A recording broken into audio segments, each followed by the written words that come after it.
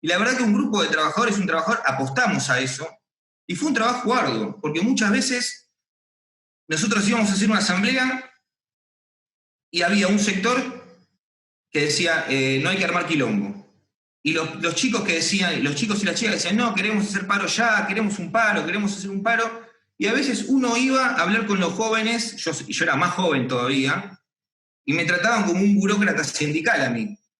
cuando yo en realidad estaba tratando de incentivar el conflicto. Y cuando yo iba a hablar con los burócratas sindicales, me trataban como si fuese un marxista o un trotskista. Y muchas veces, digamos, eso me ha llevado o me ha desalentado, pero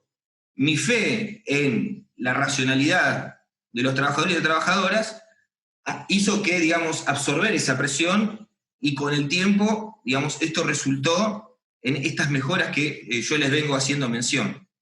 Esto es más o menos una breve introducción para explicar algo que en realidad es muy importante, porque justamente nosotros estamos hablando de cómo un sindicato dio un giro de 180 grados y el rol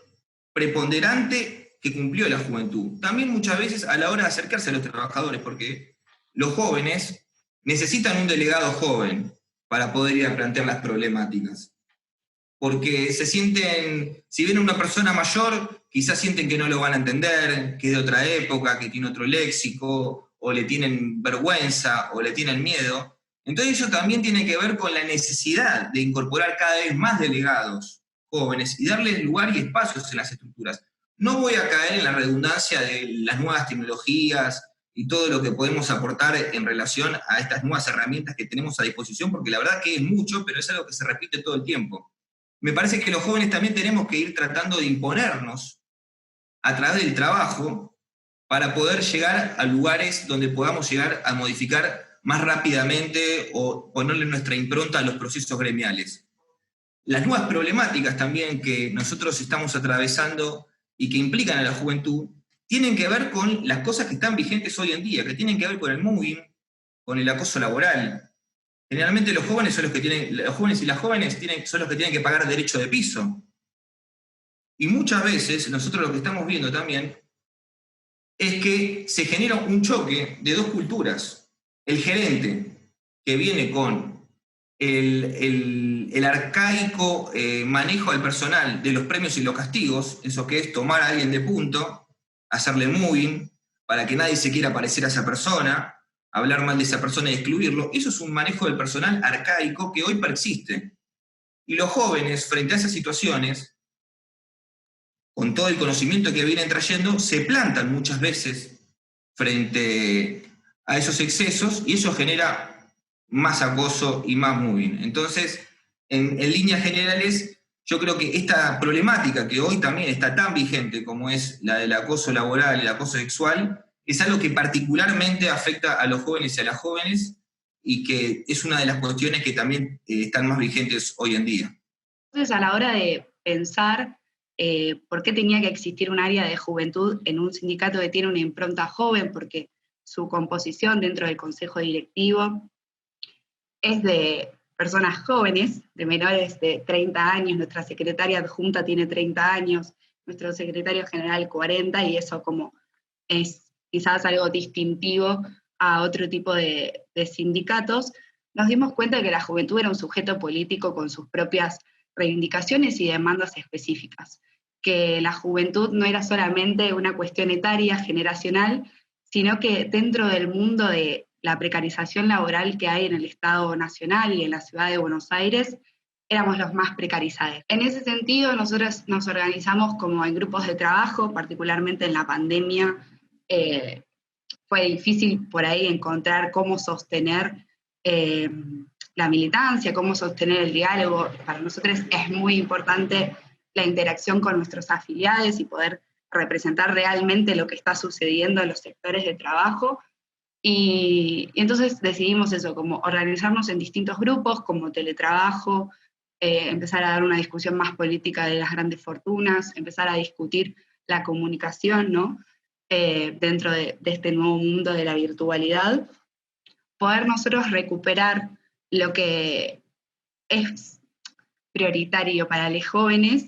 es lo que nos da un poco de sentido dentro del sindicato, poder llevar las discusiones que otros no están dando. Que a los jóvenes en los sindicatos se les plantea como una contradicción, ¿no? Como, en primer lugar, se les pide que sean quienes traigan las ideas nuevas, quienes vengan a romper, quienes tengan la fuerza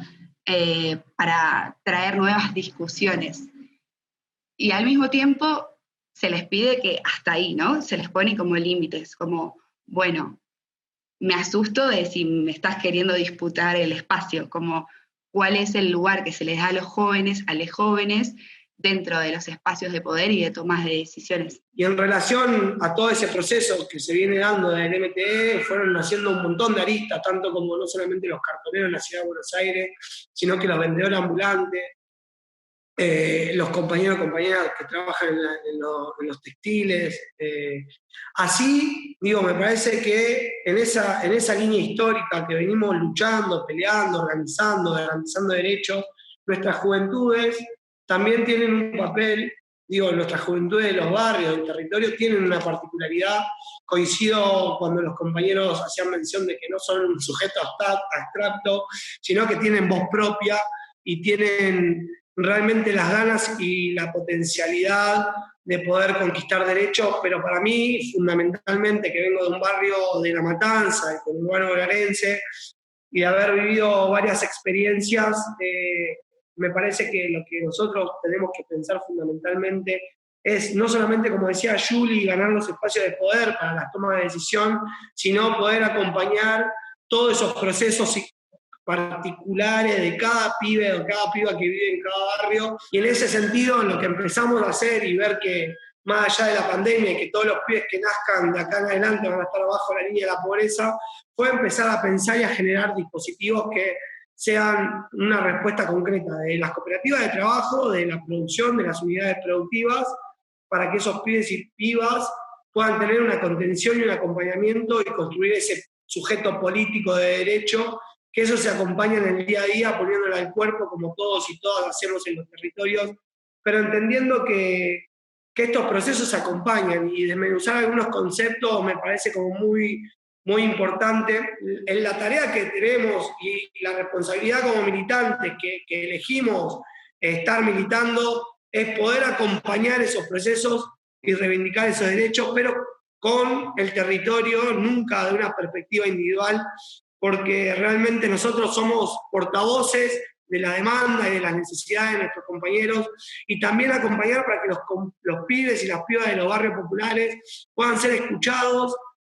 porque tienen mucho para decir, porque tienen mucho para vomitar, porque también tienen la experiencia,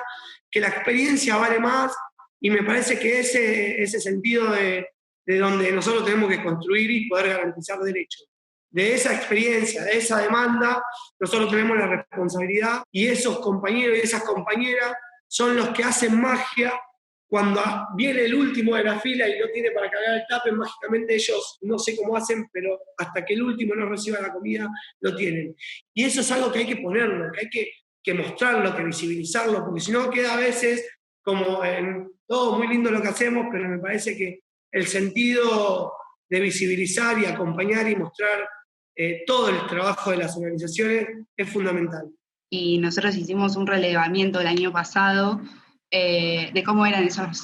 ese reparto de tareas. Por ejemplo, ¿quién cambia el bidón en la oficina, ¿no? O quién es el que se ocupa de cargar las cajas, y quién es la que se ocupa de comprar las galletitas. Digo, como desde esas mini cositas que pasan en las oficinas hasta las responsabilidades, a quién se les dan más responsabilidades, a quiénes menos. Esto vuelve otra vez como lo del derecho de piso, bueno, también tiene esa segmentación por género, o por lo menos lo que nosotros pudimos ver en ese relevamiento.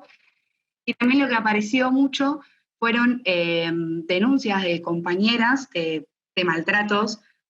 hostigamiento por parte de jefes hacia compañeras mujeres que no se animaban a denunciar, ¿no? Por miedo a que después eso tenga alguna consecuencia. Entonces, lo que trabajamos muchísimo fue un protocolo de violencia de género y una como institucionalización de cómo se vehiculizan esas denuncias. Yo creo que hoy sigue estando muy presente, más allá de lo que nos trajo el feminismo y lo que estamos como repensando y transformando, sigue estando muy presente. Por ahí sí lo que sucede entre mismas generaciones entre jóvenes, es que hay mayor acceso a la información y por ahí hay ciertos límites que se saben que no se pueden cruzar de la misma manera. No sé, se me ocurren chistes lascivos, ¿no? Como miradas. Y tiene que ver, creo yo, con esto que planteaba en un primer momento del choque de culturas, lo que está preestablecido y las tensiones que se generan. Obviamente que en sectores, como les decía, como el call center, donde son una gran cantidad de jóvenes, ahí sí se presta mucha atención a todo esto que hacía mención Juliana, ¿no? Que no se pueden pasar ciertos límites, o estamos más sensibilizados, o le prestamos más atención al otro y a la otra, que en otros lugares donde, digamos, prepondera la gente más grande, por decirlo de alguna manera. Y después, dentro del MTE, sí fuimos desarrollando en asambleas y trabajando fuerte esto de la división de tareas, de entender que todos podemos dar todo, que no hay que generar divisiones, de poder consensuar con las compañeras y compañeros dentro de las asambleas, dentro de la cooperativa de trabajo, que haya espacio de escucha para compañeros y compañeras, formaciones. Ahora estamos haciendo algo que es talleres de masculinidades, porque también entendemos que nuestros pibes y nuestras pibas de los barrios populares vienen, obviamente que hay que trabajar fuerte, pero estamos haciendo ese caminito y bueno, poder empezar a reflexionar y corrernos de algunos lugares es un desafío que estamos llevando adelante, que vamos trabajando en el día a día, pero sí establecer normas y pautas no solamente de convivencia, sino de tarea, de divisiones y de respetar los roles de cada uno y de cada una.